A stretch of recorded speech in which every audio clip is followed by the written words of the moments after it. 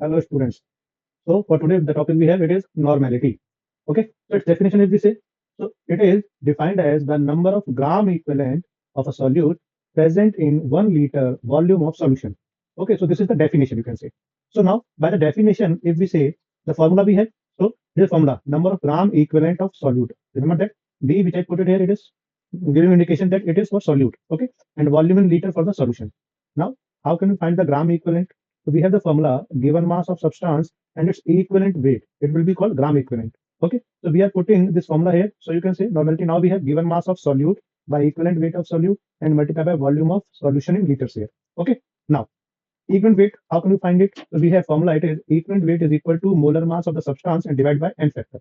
n factor क्या है मैं आपको बताऊंगा दोनों को ठीक है ध्यान दें चलिए So the normality we have it is given mass of solute by molar mass of solute and volume अगर ml में अपने पास सॉल्यूशन का ठीक है तो उसको चेंज करेंगे लीटर में तो क्या करना पड़ेगा डिवाइड बाय 1000 तो आपका जो 1000 था वो कहाँ पहुंच जाएगा वो ऊपर पहुंच जाएगा in numerator okay and the whole value multiply by n factor now you can see it is the formula of molarity okay so we have the new formula for normality here it is molarity into n factor okay now what is n factor basically if we say for acids or bases if we have so we can say the number of H plus ion released by one molecule of acid is called its n factor here like you can see in HCl, only one H is replaceable, we can say, or you can release. So one is the N factor for HCl.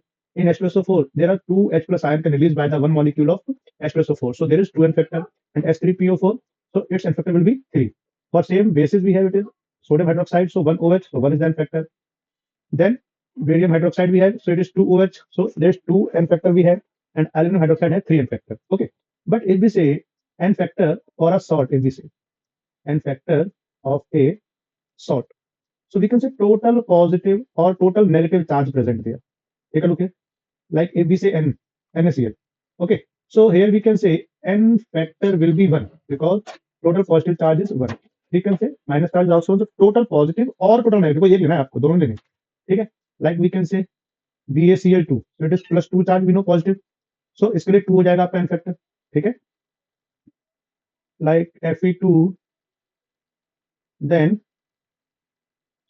CO3 ये इसको C2O4 कर लो चलो इसको ये वाला compound लेते हैं and इसके लिए जाएगा आपका 3 तो यहाँ पर क्या होगा एन फैक्टर देखिए एफ ई आप अगर देखें ध्यान से तो यहाँ पे 3 लिखा है ना अपन ने तो ये आपको कर रहा है इंडिकेट के +3 में है ये पहली बात ठीक है अब ध्यान ये +3 में है यहाँ पे पर लेकिन हमारे पास कितने एटम है इसके एफ ई के 2 तो टोटल पॉजिटिव चार्ज कितना काउंट करेंगे यहाँ पे 6 तो 6 will be the N factor you can say okay remember that if we say equivalent और gram equivalent it is same meaning we can say और इसके लिए क्या है normality into volume but condition क्या है कि वॉल्यूम अपने लीटर के अंदर but if the volume is in millilitre we can say it will be milli equivalent now so n into v but v किसमें है अपने पास इस समय ml में हमने कहा है ठीक है ना चलिए करते हैं कुछ नंबर करते हैं इसके सिंपल पहले क्वेश्चन करते हैं जैसे मान लीजिए हमने कहा है find normality of 1.6 liter of H2SO4 solution in which 49 gram of H2SO4 is dissolved okay ये क्वेश्चन दिया आपको अब देखिए बहुत सिंपल टॉपिक है अपने पास अब देखें तो क्या that we know normality formula क्या होता है अपने पास given mass of solute by molar mass of solute and if volume is in liter तो हमें 1000 यूज नहीं करना पड़ेगा आप जानते हैं and into by n factor directly okay तो वैल्यू पुट कीजिए it is 49 we have given mass 98 is the molar mass that we know for H2SO4 1.6 litre क्योंकि वॉल्यूम लीटर में गिवन है आपको एंड मल्टीप्लाई बाय 2 2 क्या है इसका n factor हम जानते हैं ठीक है ये तो वैल्यू पूरी से कैंसिल हो जाएगी ठीक है तो नॉर्मलिटी कितनी आ गई 1/1/6n ठीक है इसके अलावा मान लीजिए हम एक नया ऑप्शन लेते हैं क्वेश्चन है आपके लिए 1 liter ऑफ 0.1 m NaOH इसको मिक्स किया गया है 1 liter of 0.2 KOH and 2 liter of 0.05 barium hydroxide के साथ में, ठीक है। नाउ व्हाट इज ये मोलैरिटी है, final concentration of this mixture.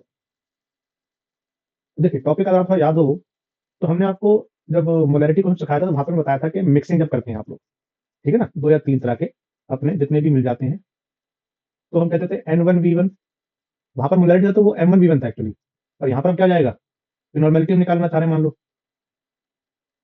ठीक है। देखिए एक ही ध्यान रखें हमेशा आपको, अगर जिन 2 या 3 सॉल्यूशन को मिक्स किया गया है, अगर वो हम कहते हैं कि सेम एन फैक्टर के हैं, सेम एन फैक्टर, तब तो हम M1V1 यूज कर सकते हैं। और जैसे यहाँ पे देख रहे हैं डिफरेंस आ रहा है इनके फैक्टर में, एन फैक्टर में, तो हम क्या करेंगे, इसी को यूज करेंगे हमेशा, है ना, हमेशा, ठीक है। तो चलिए वैल्यू पुट करिए, नॉर्मेलिटी कितनी है भाई, अच्छा मैंने इसका पॉइंट वन ही लिखा है केवल, इट इज पॉइंट 1 बेसिकली, ठीक है। सो पॉइंट 1 into 1, देखिए यहाँ पे क्योंकि एन फैक्टर 1 है, ठीक है।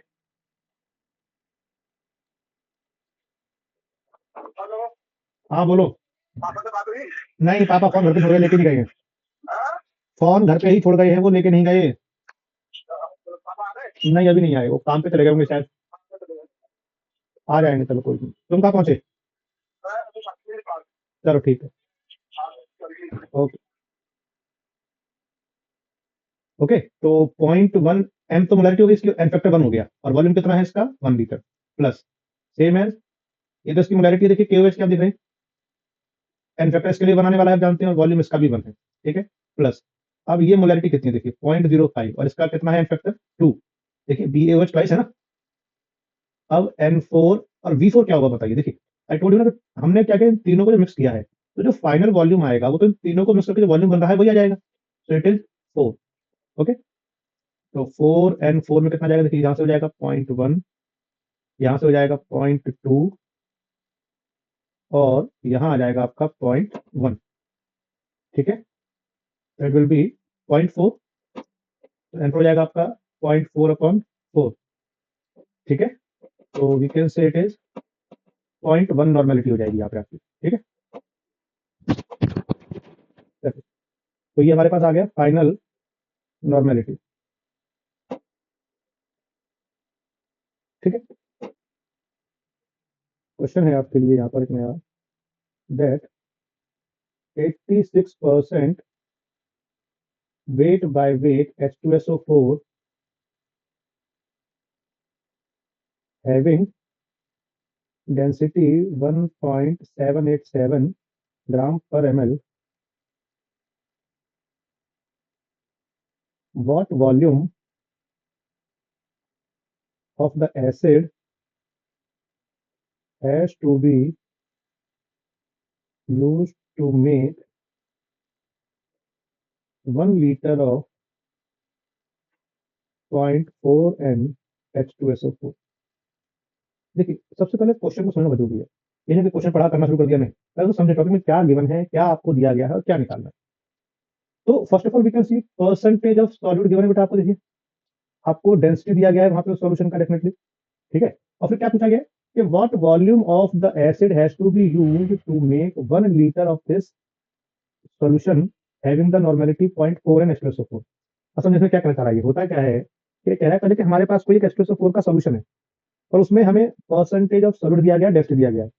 तो कहता है कि उस सॉल्यूशन का कितना वॉल्यूम हम यूज करें कि हमें ये जो नया है ना अपना सॉल्यूशन, इस मोलैरिटी और इस वॉल्यूम का मिल जाए। तो मतलब इसमें हमें क्या करना पड़ेगा, कुछ वाटर ऐड करना पड़ा होगा, पॉसिबिलिटी हो सकती है, डाइल्यूट किया जा कह सकते हैं इसको। तो हम क्या करेंगे, पहले सॉल्यूशन की निकालेंगे मोलैरिटी, और फिर मोलैरिटी इनटू एन फैक्टर्स जो होता है वो अपना नॉर्मेलिटी, उसको यूज करेंगे फिर यहाँ पे, बात समझे। चलिए तो हम पहले फाइंड करते हैं मोलैरिटी। अब आपको फॉर्मूला जो बताया था मैंने आपको, क्या डेंसिटी और परसेंटेज ऑफ गिवन हो सॉल्यूट, हम क्या करते हैं, percentage into density into 10 and upon में मोलर मास, 1000 में it is molar mass of solute put करते हैं आप लोग, ठीक है। चलिए वैल्यू पुट करते हैं इसमें आप लोग, तो परसेंटेज कितना है 86, डेंसिटी 1.787, मोलर मास 98 हो जाएगा हम जानते हैं, और इंटू 10, ठीक है। चलिए, अब इसको हमें सॉल्व करना पड़ेगा पहले। तो ये जब सॉल्व करेंगे आप, ये वैल्यू आती है लगभग 15.68 एम। ठीक है, चलिए अभी क्या है, हम निकालेंगे नॉर्मेलिटी। ठीक है, तो 15.68 into two, because espresso four पे टू है इनफैक्ट हम जानते हैं। ठीक है, तो 31.36 एन नॉर्मेलिटी आ गई। अब इसको हमने यानी कि डाइल्यूट किया दिखाया, तो देखिए पहले ये नॉर्मेलिटी है और बाद में इसकी नॉर्मेलिटी ये बन गई थी, मतलब हमने क्या किया होगा, इसमें कुछ वॉल्यूम वाटर का ऐड किया होगा पॉसिबल। और हमें इसका वॉल्यूम कितना चाहिए, जो हमारे पास पहला सोल्यूशन है, मतलब तो एन वन वी वन क्या होता है हम जानते हैं, वहां पर एन टू वी टू होता है हमेशा। तो एन वन है 31.36 और इसका हमें वी वन निकालना है, कितना था यूज किया गया, और ये है 0.4 इंटू 1 लीटर। ठीक है, तो हम अगर इसको सॉल्व करेंगे तो एक काम करते हैं, हम एमएल में निकाल लेते हैं इस वैल्यू को, थोड़ा सा वॉल्यूम में निकाला था तो वैल्यू छोटी आने वाली हमारी है क्योंकि। ठीक है, तो इट विल बी 400 बाय 31.36, तो वी वन आ जाता है आपका इस तरह से 12.75 ml। तो अब देख सकते हैं निकालना है तो कितना वाटर ऐड किया गया है वो भी निकाल सकते हैं डायरेक्टली। 1000 माइनस डिस्टेंस करेंगे तो वैल्यू आ जाएगी अपने पास कि कितना वाटर हमने वहाँ पे ऐड किया था। ठीक है ना, क्योंकि जो सॉल्यूशन है ना अपने पास, इसको हम कई बार ना अलग फॉर्म में कह देते हैं, जैसे 1 m, मतलब इसको हम डायरेक्टली कह सकते हैं मोलर सॉल्यूशन। क्या बोल सकते हैं इसको डायरेक्टली, मोलर सॉल्यूशन। ठीक है, इसी को अगर मैं 1/10 m बोल देता हूँ तो हम इसको डेसी मोलर सॉल्यूशन भी बोल सकते हैं। चलो अगर मैं 1/100 कर देता हूँ तो हम इसको सेंटी मोलर सॉल्यूशन भी बोल सकते हैं।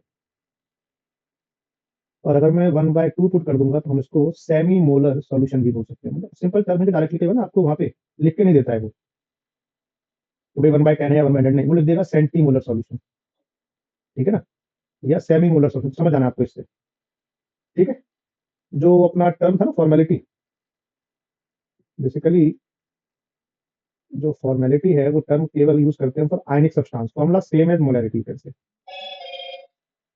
Formula same as molarity but used for ionic compound हम कह देते हैं। टॉपिक मतलब यूज करना है ना। ओके, और एक टर्म हमने लिखा था वहां पे आपके लिए 7th वन, पीपीएम, आपको याद होगा है ना, इट वाज पार्ट पर मिलियन। जैसे मान लीजिए मैं बोलता हूँ 50 ppm of CO2 in air, what does it mean, कि अगर हम ये बेटा एज्यूम कर लेते हैं कि 10⁶ लीटर एयर है हमारे पास, तो हम कह देंगे यहाँ पे 50 लीटर CO2 दिया हुआ है। समझे, ये तो पार्ट पर मिलियन, 10⁶ में कितना पार्ट है, और उसकी भी अपनी यूनिट नहीं होती है। ठीक है ना, तो क्या होगा कि आप जिस भी यूनिट में इसको लेंगे, जैसे एयर ले रहा हूं मैं, उसी में यूनिट में इस वैल्यू आएगी CO2। जैसे मान लीजिए मैं कहता हूँ 10⁶ किलोग्राम एयर ले ली मैंने, मास ले लिया, तो it will be 50 kilogram CO2 है वहां पे। मैं बोल दूं 10⁶ ग्राम अगर एयर है, तो मैं बोल दूंगा 50 ग्राम आपका वहां पे CO2 प्रेजेंट है।